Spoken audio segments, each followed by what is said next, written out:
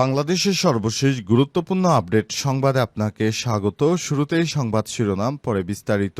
প্রথমেই জানাবো, পদ্মা সেতু প্রকল্পের রক্ষাবাদে ভয়াবহ ধস। ঈদের সকালে যখন গোটা দেশ কোরবানির উৎসবে মেতে উঠেছিল, তখন পদ্মা তার ভয়াল রূপ আশ্রে পড়েছে শরীয়তপুরের জাজিরার বুক জুড়ে। এক ফোঁটা আনন্দ নেই, বরং কেবলই কান্নায় অঞ্চল জুড়ে আতঙ্ক আর সর্বস্ব হারানোর যন্ত্রণায় কাতর নদী পারে মানুষ। হঠাৎই আজ ভাঙতে শুরু করেছে পদ্মা সেতুর প্রকল্প রক্ষাবাদের ২৫০ মিটার অংশ। নিমিষেই গিলে নেয় অন্ধকার জলের অতল গহ্বরে। এ যেন কোনো প্রাকৃতিক দুর্যোগ নয়, যেন পদ্মা নিজেই প্রতিশোধ নিচ্ছে নিমেষে। এদিকে যুক্তরাষ্ট্রের দ্বিতীয় দিনের মতো বিক্ষোভ, শহর জুড়ে আতঙ্ক।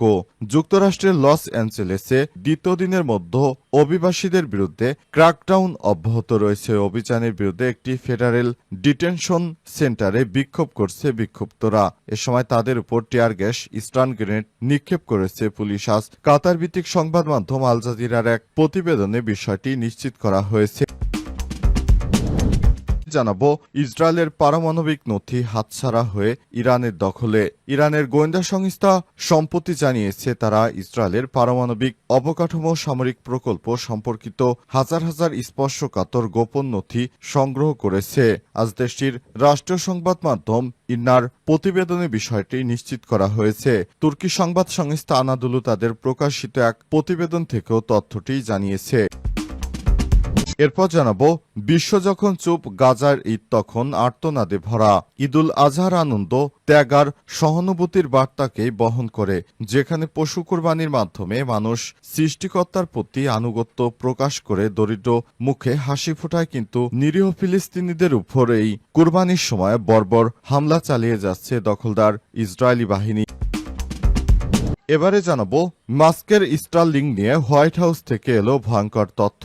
কয়েকদিন ধরেই যুক্তরাষ্ট্রের প্রেসিডেন্ট ডোনাল্ড ট্রাম্প এবং তার বন্ধু ধনকুবের ইলন মাস্কের সম্পর্কের ফাটল নিয়ে বেশ সরগরম বিশ্ব। এই দুই পরম বন্ধু সম্পর্ক যে বন্ধুত্বের জায়গা নেই, তা এখন অনেকটাই স্পষ্ট। কয়েকদিন আগেও তাদের বন্ধুত্ব ছিল আলোচনার বিষয়। হঠাৎ তাদের মধ্যে দূরত্ব শুরু হয়েছে। এরই মধ্যে মার্কিন সরকার এর উপর ভর করে ইলন মাস্কের যে সব ব্যবসাপাতি রয়েছে সেগুলো বন্ধ করে দেওয়ার হুমকি দিয়েছে ডোনাল্ড ট্রাম্প। আর এতেই বড়সড় ফাটল ধরেছে, তা এখন আর বুঝতে বাকি নেই। এরই মধ্যে হোয়াইট হাউস থেকে এই ভয়ঙ্কর বার্তাটি এসেছে।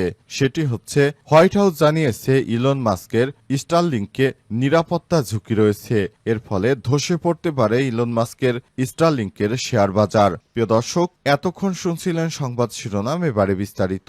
তবে তার আগে বন্ধুরা, অনুরোধ থাকবে এই সংবাদটিতে একটি লাইক দিন। এই চ্যানেলে আপনি নতুন হয়ে থাকলে আমাদের সংবাদটি দেখতে দেখতে চ্যানেলটি সাবস্ক্রাইব করে রাখুন। কমেন্ট করে বন্ধুরা আপনার মূল্যবান মতামত জানিয়ে দিন আপনি বিশ্বের কোন দেশ থেকে বা বাংলাদেশের কোন স্থান থেকে আমাদের সংবাদটি দেখছেন এবং শুনছেন। আর বন্ধুরা, গাজা যুদ্ধে আপনি যদি নিরীহ ফিলিস্তিনিদের ভালোবেসে থাকেন, কমেন্টে ইয়েস লিখে বিশ্ববাসীকে জানিয়ে দিন। এবারে বিস্তারিত। ইসরায়েলের পারমাণবিক নথি হাতছাড়া হয়ে ইরানের দখলে। ইরানের গোয়েন্দা সংস্থা সম্প্রতি ইসরায়েলের পারমাণবিক অবকাঠামো ও সামরিক প্রকল্প সম্পর্কিত হাজার হাজার স্পর্শকাতর ও গোপন নথি সংগ্রহ করেছে বলে দাবি করেছে দেশটির রাষ্ট্রীয় সংবাদ মাধ্যম।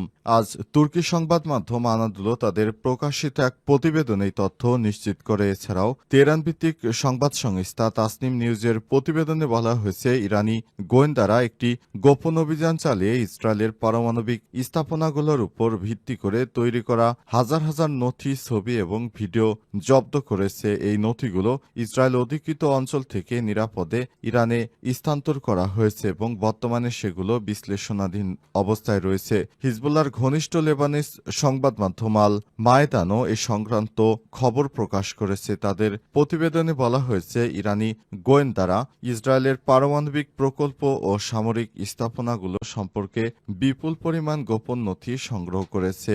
ইরানের রাষ্ট্রীয় টেলিভিশন সংস্থা IRI জানিয়েছে, এই অভিযানকে ইতিহাসের অন্যতম বৃহত্তম গোয়েন্দা অভিযান হিসেবে বর্ণনা করা হয়েছে। আর তারা আরও জানিয়েছে, এই নথিগুলো বিশ্লেষণ ও পর্যালোচনার জন্য উল্লেখযোগ্য সময় প্রয়োজন।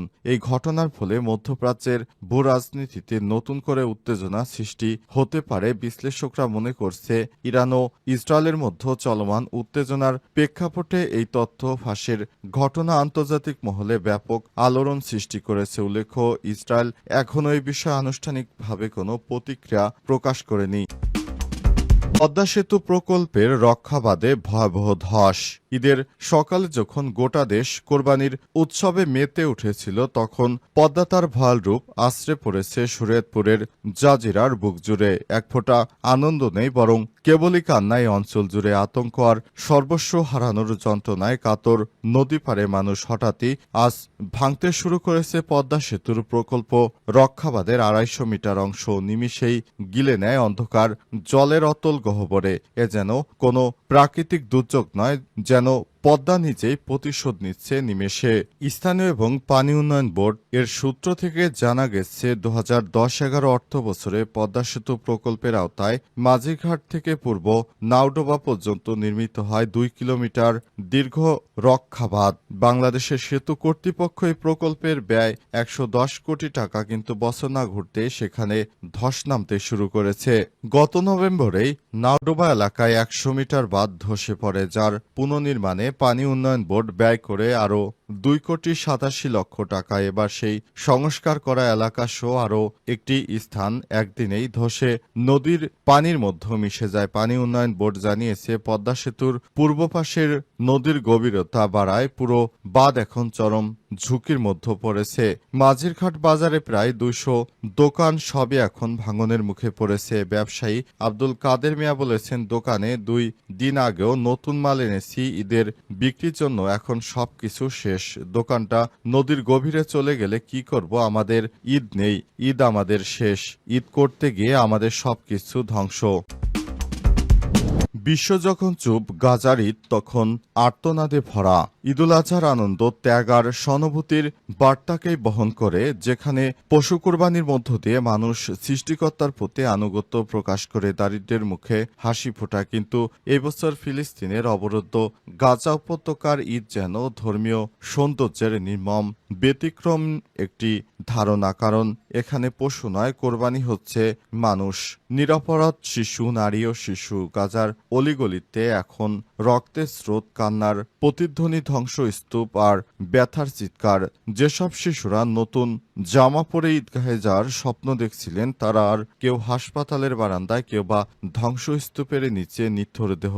ঈদের নামাজ পড়ার মতো জায়গা নেই অনেক এলাকায়, কারণ ঈদগাহগুলোই আর অস্তিত্বে নেই। সেগুলো আজ কেবল ধূলিময় স্মৃতি। এই ভয়াবহ পরিস্থিতির মধ্যে একটি প্রশ্ন ঘুরপাক খাচ্ছে বিশ্বজুড়ে, এই হত্যাযজ্ঞের দায় আসলে কার? শুধু কি দখলদার বাহিনীর, নাকি এসব ক্ষমতাবান রাষ্ট্রগুলো যারা মানবাধিকারের বুলি চাপড়া